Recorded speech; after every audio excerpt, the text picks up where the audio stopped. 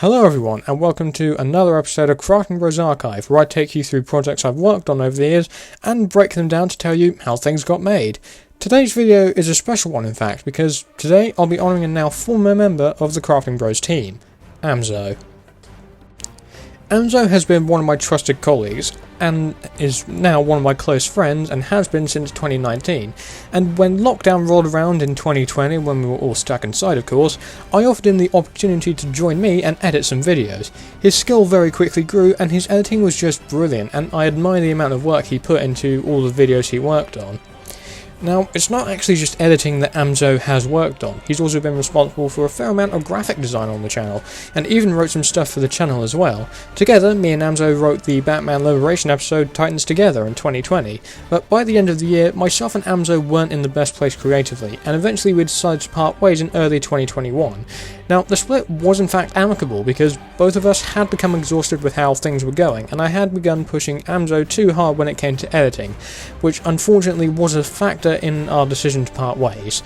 You can actually see some more information on my partnership with Amzo in my collaborators video. There'll be a link in the description to that. And yeah, Amzo and I stopped working together around early 2021. You can actually still see a bit more of Amzo's work on the channel to this day, because he's the one who created the new Mushroom Ninja logo for the channel, and he's even responsible for the title sequence for the animated Spider-Man series that came out towards the end of this year. Now Amzo, if you're watching, I want to say a huge thank you for everything you've edited for the channel and your tireless effort to deliver high quality videos.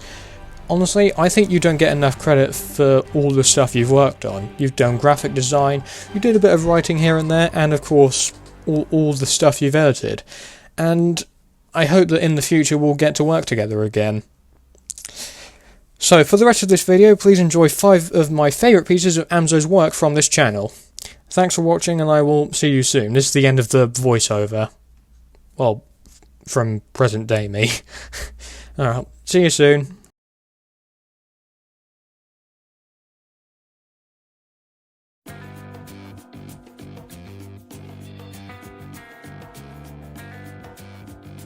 So, I don't typically watch these types of films. My general go-to is the big blockbuster type movies, but I'd heard some interesting stuff about this film and I thought I'd give it a watch. This is my review on Rise of the Foot Soldier.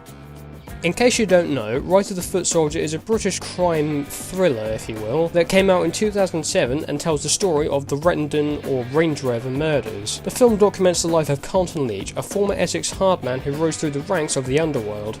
More money? More responsibility. What do you say?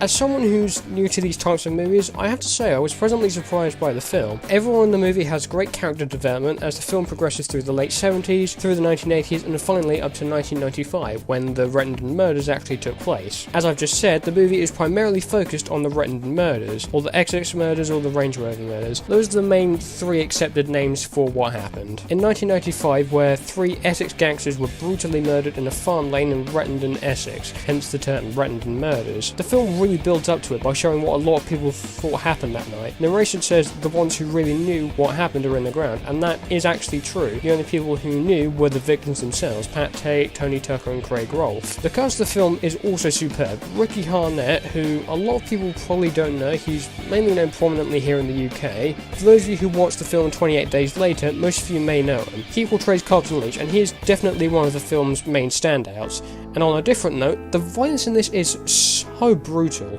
You can understand that since the film is based on the murders of Essex gangsters, yeah, it's extremely it's just so violent. I mean, it's almost like an entire bloodbath. It might as well be a Tarantino movie.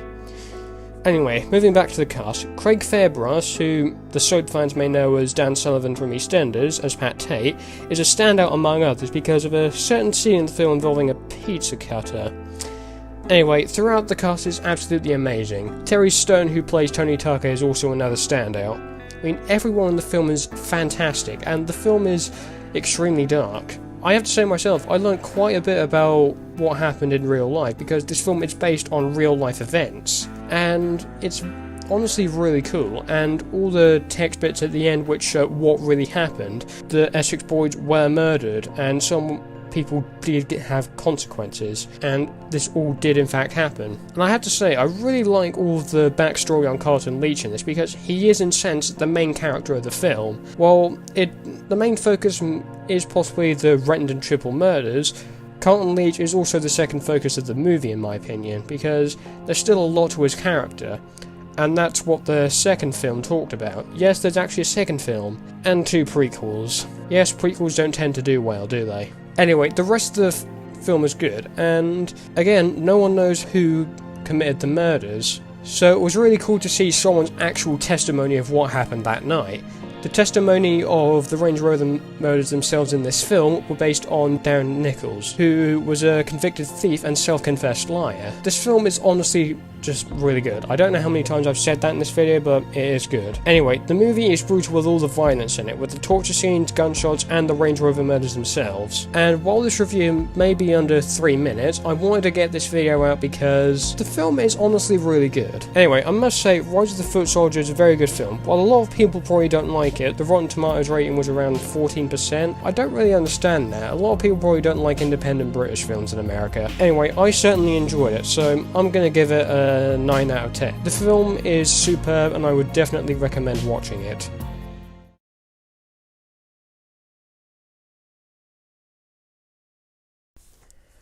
During the classic era of Doctor Who, we were introduced to the Master, another Time Lord from Gallifrey who was at one point close friends with the Doctor, with some speculating they could potentially be brothers. There are also other crazy theories out there, but we're not going to be talking about that today. But one question was asked by Doctor Who fans: how did the Master become decayed? For those of you who don't know, the Master, played by Roger Delgado of course, made his final appearance in the 1973 serial Frontier in Space, and we didn't see the character of the Master return until 1976's The Deadly Assassin. Now, quick side note, I've mentioned in my cancelled Doctor Who episodes video about the final game and how the Master was almost written out of the show entirely. At the time of recording, that video hasn't been released yet, so at this point a ton of people were confused because it left a rather large gap in the Master's timeline. So I'm here to answer the question how the Master became decayed exactly.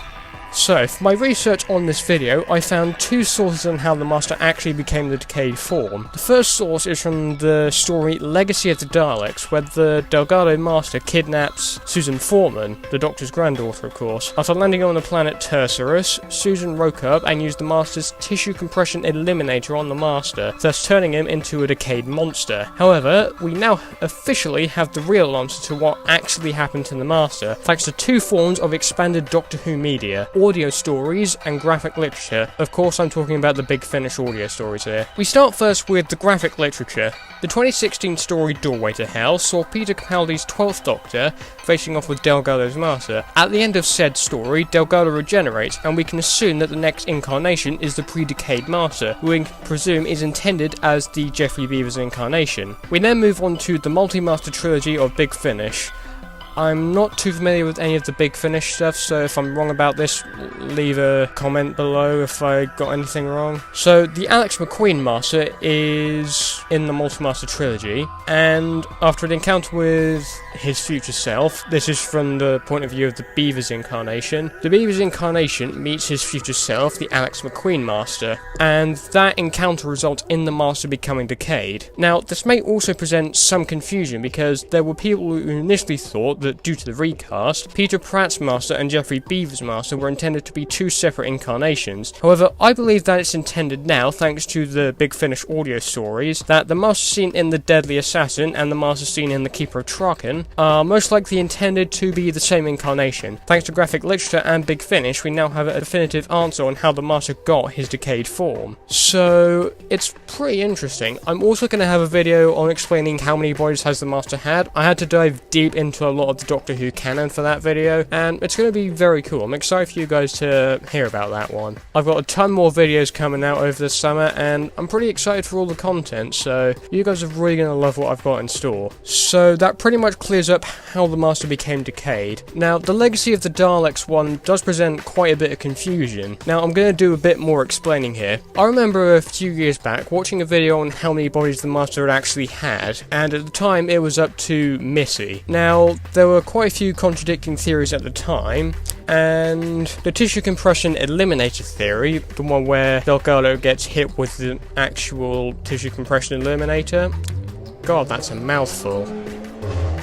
So, if that was actually proved to be canon, then it would mean that the Delgado Master was from his first appearance in 1973 to the Keeper of Traken in, like, what was it, 1981 or something? So, if that theory was proved canon, then for all that time, the Master would have still been the Delgado incarnation. And that theory probably would have been interesting, to say the least. I use that word a lot in my videos. But still, yeah, the Master became decayed after an encounter with his future self, and he regenerated after a fight with the Doctor. So I hope I've cleared a lot of stuff up for those of you who are sort of new to the classic Who era, and I hope I've cleared up some stuff on the expanded media. So if you guys enjoyed this, please hit the like button and share this with some of your mates, and if you certainly want to see more videos like this, then hit the subscribe button and ring the bell. That way you won't miss any other videos. I'm currently trying to do a few more discussion videos kind of like this, so I'm going to be taking a break from some of the animated stuff, at least for a bit. I'm currently working on a continuation to my animated Doctor Who series. The next episode's called The Shadow of Steel, and I'll probably be going into more detail about that series in probably other future videos. And I'm hopefully going to be doing some more commentary videos on Batman the series, the extended cut of Black Mamba. Side note, that's going to come out August 22nd. That's pretty bad timing, because that's on the same day as DC Fandom. I'll probably expect the views are probably going to come in like the next day after, or people who aren't even watching DC Fandom anyway. So anyway, thanks for watching. I hope you enjoyed me ranting on for this whole video, and I'll see you guys soon.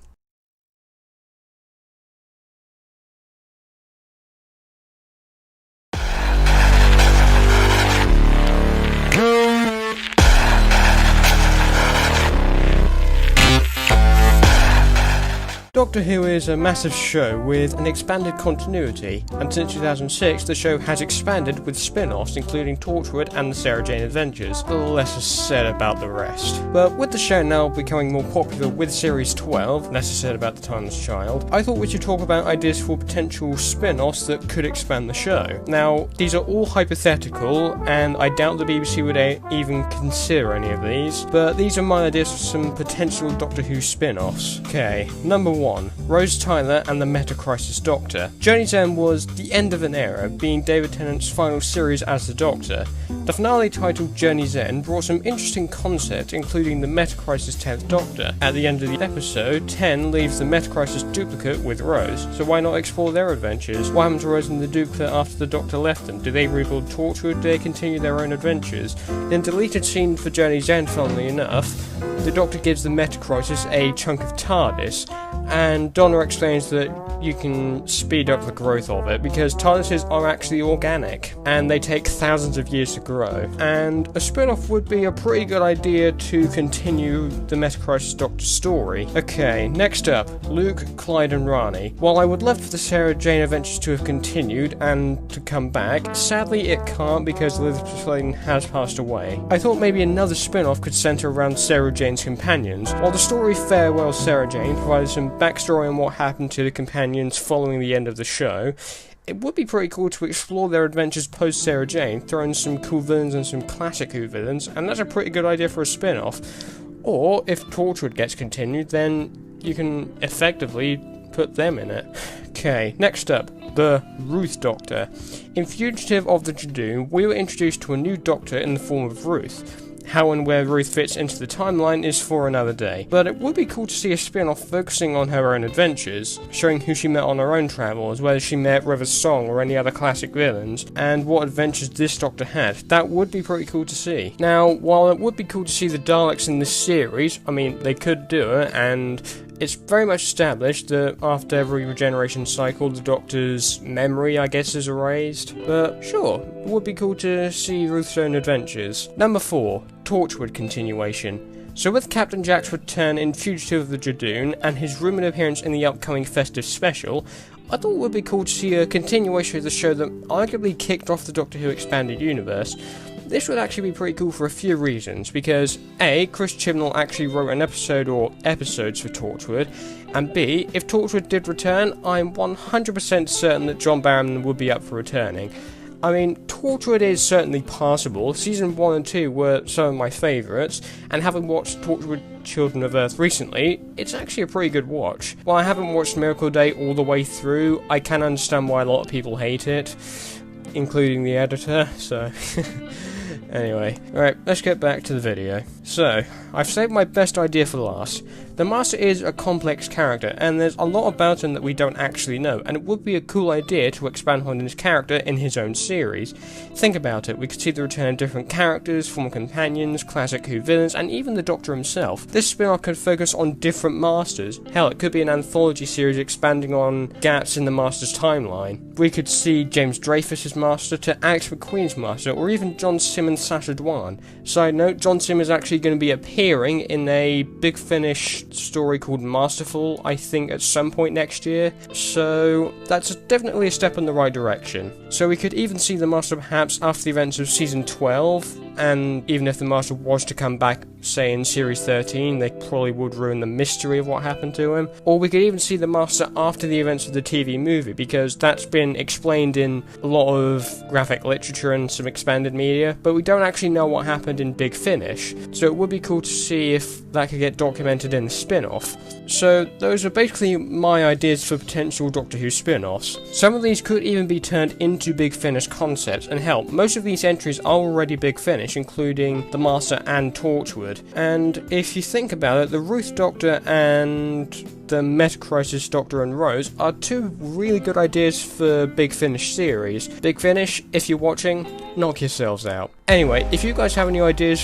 for potential Doctor Who spin-offs, then let me know in the comments. I'd love to hear your suggestions. And if you guys want to see more of our videos, then go to the channel. If you're new to the channel, hi, thanks for watching this video. And go to our channel, subscribe, and ring the bell so you don't miss any of our upcoming videos. We do a lot of videos. We range from James Bond, comic books, Doctor Who, animation stuff. I've been kind of trying to take a break from that for a bit because it's extremely tiring. However, newest episode of the long dead Doctor Who series is up now, called Shadow of Steel, so please go and check that out. I put a lot of work into it, and Amzo did a fantastic job with the editing. Anyway, I hope you enjoyed this interesting video, and I'll see you guys soon. Take care.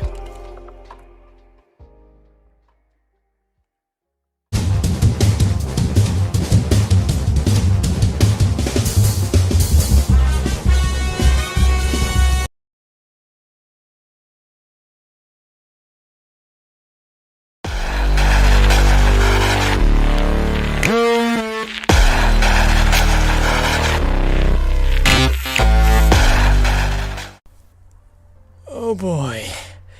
DC fandom was amazing, and obviously I'm going to be talking about it. So, I'm only going to be talking about most of the major announcements from the fandom. I may put timecodes in the description so you guys can skip around to what I'm going to be talking about, because oh boy, we got a shit ton of stuff to talk about. Okay, so, as I just said, I'm going to be talking about the important stuff, so the TV, the gaming, and the movie stuff. There wasn't much else interesting outside of that, so yeah, let's move on. So, I'm going to start off with the gaming news first, because that was kind of the lighter part of it, because there was only 2 games that we got revealed, so there's some pretty cool stuff to talk about. So first up is the first look at Gotham Knights, WB Montreal's new Batman project, which from that trailer and the gameplay footage looks amazing, and the Court of Owls are in this, which is amazing considering we haven't seen the Court of Owls in this form of media before, so that is going to be pretty cool. If you guys remember quite a while ago, I did a video on at the time when the game was actually just a rumor,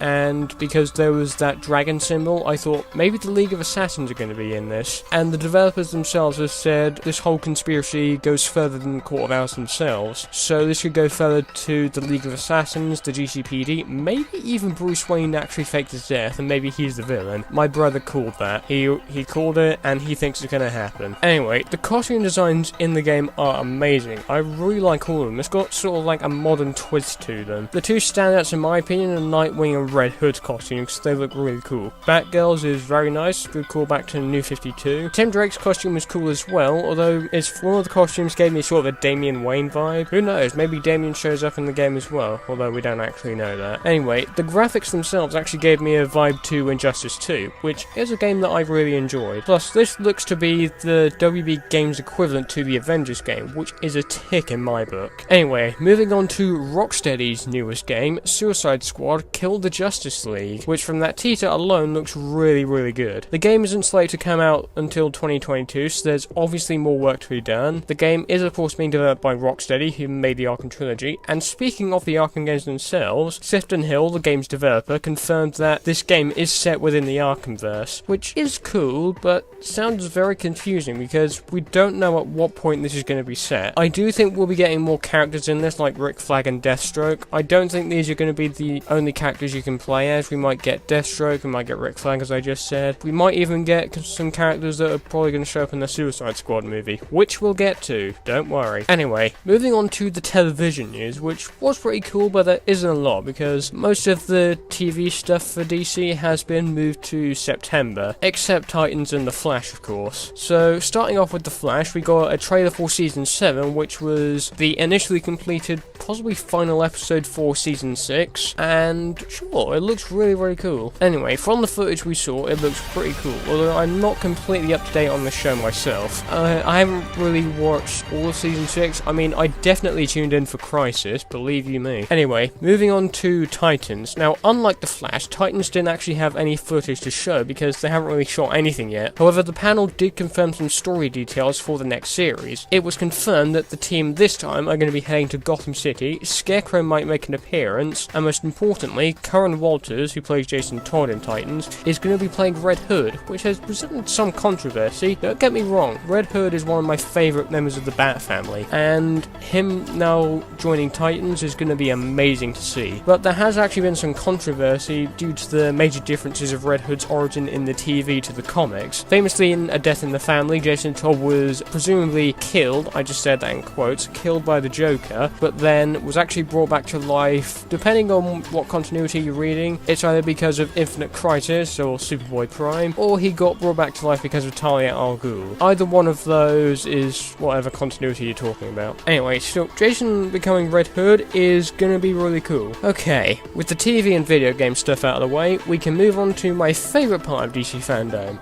the movie news. So we're going to be starting off with Shazam, considering that was the lightest of the news at the fandom. Anyway, we got some confirmation on the title for Shazam 2, which will now be titled Shazam Fury of the Gods. We don't actually have any story details on the film, although it's rumoured that Dr. Sivana from the previous film is going to return, and that Mr. Mind is also going to show up. He was in the Shazam post-credit scene, one of them at least, and a lot of people have been theorising that Black Adam may show up, played by The Rock. And speaking of Black Adam, we got some news on that film as well. We've known for a bit now that the Justice Society of America are going to be in the film, and the news of the JSA's lineup is pretty cool as well. So the lineup in the film is going to consist of Hawkman, Dr. Fate, Atom Smasher, and Cyclone. So we got some news on Atom Smasher's casting. We don't know anything about the other castings aside from The Rock and the guy playing Atom Smasher, Noah Centineo, I think his name is. I apologise if I'm butchering his name. Now, while the team for the Black Adam movie sounds really cool,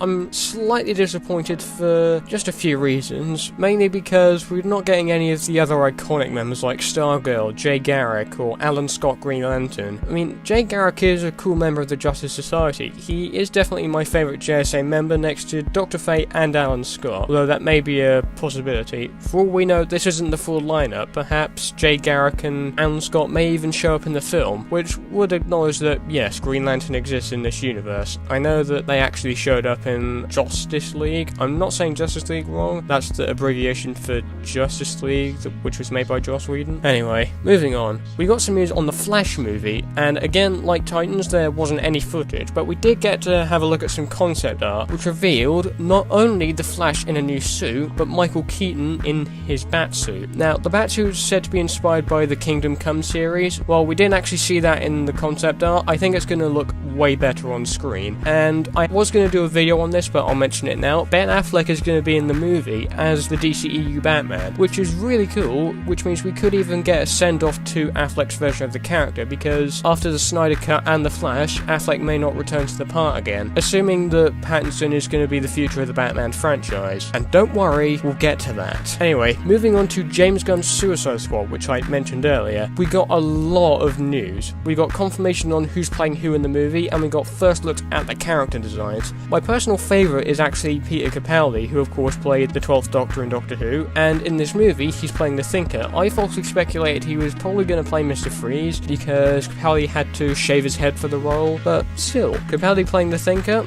I'm definitely up for that. And it's cool that the Thinker is going to be in the Suicide Squad, considering he was an antagonist in The Flash Season 4. I am aware that the Suicide Squad and the Flash TV show are completely disconnected from each other, I am aware of that. Moving on to the second biggest part of the fandom, the Snyder Cut, which has a lot of anticipation building up to it. Before we get to the trailer, Zack Snyder confirmed that his cut will be 4 hours long and will be split up into 4 episodes, which actually fits the streaming platform well. In case you can't remember, or if you didn't know about this, the Snyder Cut is going to be released in 2021 on HBO Max, which is beyond exciting. Sadly, I don't have HBO Max yet, I'm unsure if it's even out here in the UK yet, but sure. Anyway, moving on to the trailer, and my god, that looks amazing. The visuals in this movie look phenomenal, and I can't express how great this movie looks. And last but not least, my favourite panel of this convention, the Batman. Oh, sweet lord.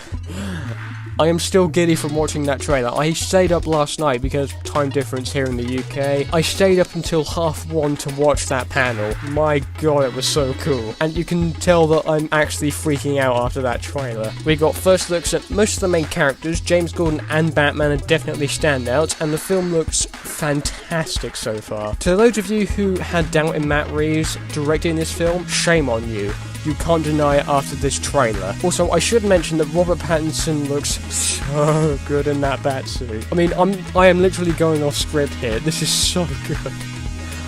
I am going to do a full-length video on the trailer in detail. Believe you me, I am planning on doing that. Anyway, I have to say, DC fandom is fantastic. It's even better than Comic-Con in my opinion, and whatever convention that Disney holds every year. What is it? D23? Derek, is it D23? Yeah. Sorry, that's my assistant, Derek. He's a unicorn. Anyway, that concludes my video on DC fandom. I am almost certainly going to make more solo videos on the topics in the future, because dear lord, this convention was so good, and it was packed to the teeth with so much content. Anyway, what did you think of DC fandom, and what are you looking forward to? I am looking forward to pretty much everything that's coming out in the next few years, because dear god, I am so pumped. Anyway, thanks for watching, and I'll see you soon.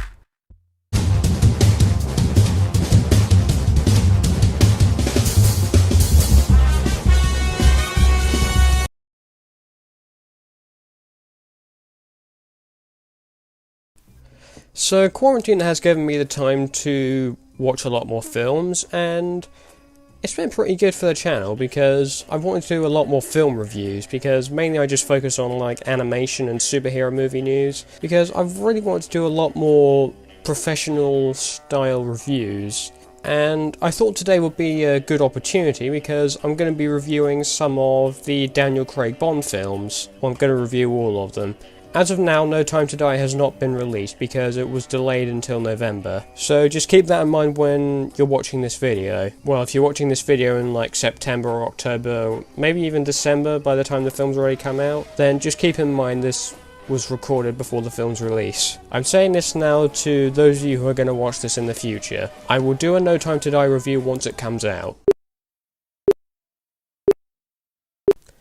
So starting off with the Craig Bond films, we have Casino Royale, the Bond film that reignited a lot of people's faith in the Bond franchise, for many reasons. One, great Bond character. Daniel Craig is probably the best Bond in my opinion. I mean, I haven't really seen all the other Bond films, so you have to bear with me on that. Dame Judi Dench is great as M, though she signed in the later Bond films like Skyfall and Spectre, even though she didn't have a big role in Spectre because we'll get to that later. And for another thing, Casino Royale has probably the best Bond villain in Mads Mikkelsen as Le Chiffre, a national banker for the world's terrorists, a very Bond of you writers. And Le Chiffre is probably the most terrifying of the villains because, well, insert balls torture scene here from Casino Royale. Anyway, the rest of this film is very good, and there's a lot of great action in this film.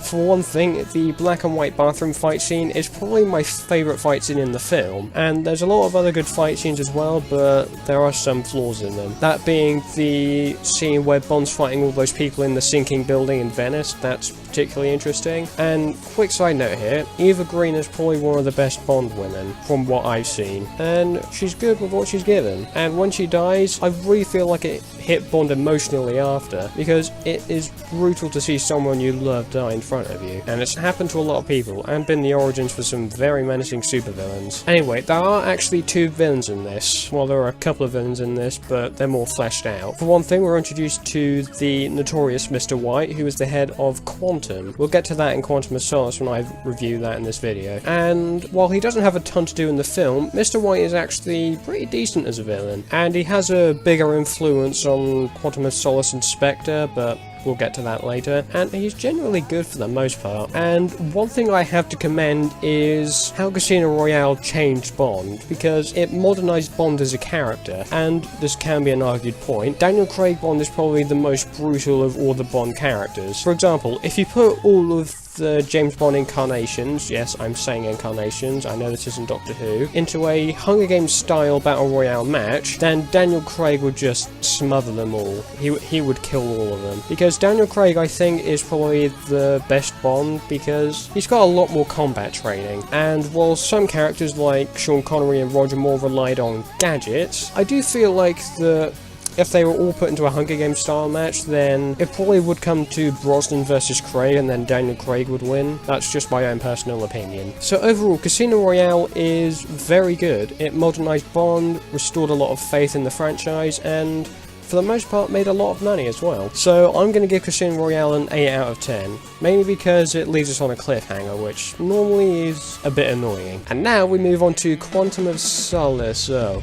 god, this is going to be painful. Yeah, as you can tell from my expression, I'm not a huge fan of Quantum of Solace. Now, this film did have the potential for the most part, and it's a shame because Quantum of Solace was ruined by one thing: the 2008 Writers Guild of America strike, which affected a lot more films than you'd expect. For one thing, it affected Family Guy, which probably wasn't a problem for them. It affected X-Men Origins Wolverine, that explains a lot. It also resulted in the upcoming Justice League Mortal film at the time to be cancelled, and also it affected Transformers Revenge of the Fallen, again that explains a lot. As you can tell, I'm not a huge fan of this one, because it's just about Bond chasing all these different people, and there's a lot of shaky action, which in some pretty good films can work, but didn't work here for me. While Daniel Craig is good with what he's given, the rest of the story is just complete shambles, and that's because of the writer's strike. If that never happened, then maybe Quantum of Solace had the potential to actually be good, and for the most part, Quantum of Solace has some interesting moments. I mean,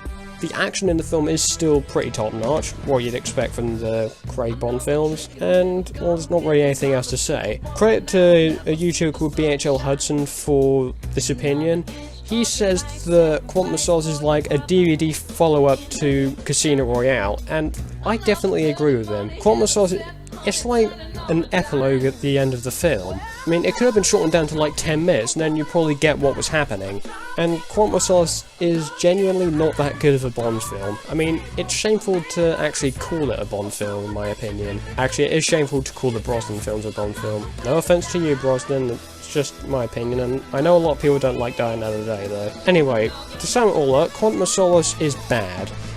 The story isn't really that good, it was in complete shambles, the plot was all over the place, but I would blame the writer's strike for that. If that never happened, then maybe Quantum of Solace had the potential to be a good Bond film. So, overall, I'm going to give it a 6 out of 10. So, moving on now to Skyfall, one of my favourite Bond films. I mean, I pretty much like all of them, excluding Quantum, but that has some good qualities. So, I'm officially going to describe Skyfall as a modern Bond film. It is the best out of all the Craig Bond films, though that may change when we get to Spectre. Anyway, Daniel Craig is probably at his best as the character in this film, and he is, for the most part, very, very good. And as I said earlier, Dame Judi Dench shines on in the later films, and she definitely shines it, and it's very emotional when she actually dies. And another thing I particularly liked about Skyfall was the villain, Raul Silva, played by the fish-faced Javier Bardem. Yes, I'm calling him the fish-faced Javier Bardem. You may know him from the film No Country for Old Men, where he plays a psychopath. I haven't seen that film, probably won't see it, but Silva is great. It's established that his backstory, he was an old MI6 agent who attempted suicide and pretty much went insane, and he was an expert hacker. Of course you did, Sam Mendes. He was the director, and Sam Mendes is probably the best director for a Bond film because he fleshes out this world and brought the new version of Q, Ben Whishaw, to this universe. And all I can say is that he's probably the best incarnation of Q. Sorry to Desmond Llewellyn and John Cleese. Once I get to the Brosnan Bond films, I'll eventually review them. Anyway, Skyfall is released in 2012, well, it was released, and 2012 is significant because it marks 50 years since the release of the first Bond film, Dr. No, and of course there were going to be some references to the film. For one thing, Bond gets the Walter PPK pistol back, the original gun that Sean Connery Bond used, and also we see the classic DB5 Aston Martin from Goldfinger, because of course she did, Bond. I mean, that is probably my favourite Bond vehicle, and wait till you see that car in No Time to Die. That thing's got miniguns in the headlights now. For the most part, the car sticks out, and I was kind of sad when that got blown up, but yeah, sometimes Bond has to make sacrifices. I would definitely describe Skyfall as the more superior Bond film out of all four of them so far. I'm not saying all five because No Time to Die hasn't come out yet. So overall, Skyfall is definitely the superior Bond film. It's got everything you could ask for. Gadgets, superior action. There is actually some decent action in the film, and it's got a great cast, great villain as well, great side characters, and Bond for the most part is very good. So overall I'd give Skyfall probably a 9.5 out of 10. And now we move on to the Bond film that's currently been released, Spectre, which was released in 2015 and was once again directed by Sam Mendes. Now, a lot of people don't actually like this film for a few reasons. For one thing, you can tell that Daniel Craig is sort of doing this for the money because he said, and I quote, "I'd rather slash my wrists than play James Bond again." However, that was after an interview, and he had just wrapped filming, I believe, and he was understandably very tired. And fun fact here, Daniel Craig actually wanted Skyfall to be his last Bond film, but the studio wouldn't let him go. Anyway, Spectre is very good for the most part, and a lot of supporting characters from Skyfall definitely return. And for one thing, they do reference Felix Leiter. Quick side note, Felix Leiter did first appear in Casino Royale, played by Jeffrey Wright, and for the most part he was definitely good in that film. I forgot to mention him, so that's why I'm mentioning him here. And for another thing, Spectre has probably one of the best Bond girls in my opinion. I'm not going to attempt to associate her name or anything, but I'm not going to attempt to pronounce it, because I'm not really sure how you pronounce it at all. But for the most part, she's very good. I believe her character's name is Madeline Swan. I know that because I just watched Spectre last night. Anyway, Spectre has a lot of good action in the film, and for the most part, there's a lot of stuff that we can expect. For one thing, there's the obligatory car chase, there's the obligatory train fight, which is a staple in every Bond film, and literally everything in this film is almost perfect. Now, I'm gonna take a minute here to talk about the villain, Christoph Waltz as Ernst Stavro Blofeld. Please correct me in the comments if I'm not pronouncing that right. Anyway, Blofeld in this film is, I would say he's okay. I mean, he's borderline forgettable, but I mean that's what you can expect from this villain because, well, it's revealed that he's behind all the heartbreak and trauma in the past Bond films. I mean, I don't really know how to describe it, but still, he's good with what he's given. I mean, Christoph Waltz is a good actor, and someone did actually say that he was completely wasted in this film. I do disagree. He's good with what he's given, but I would kind of put that up to the writing, because there are some parts in the film that aren't really written that well. And for one thing, Mr.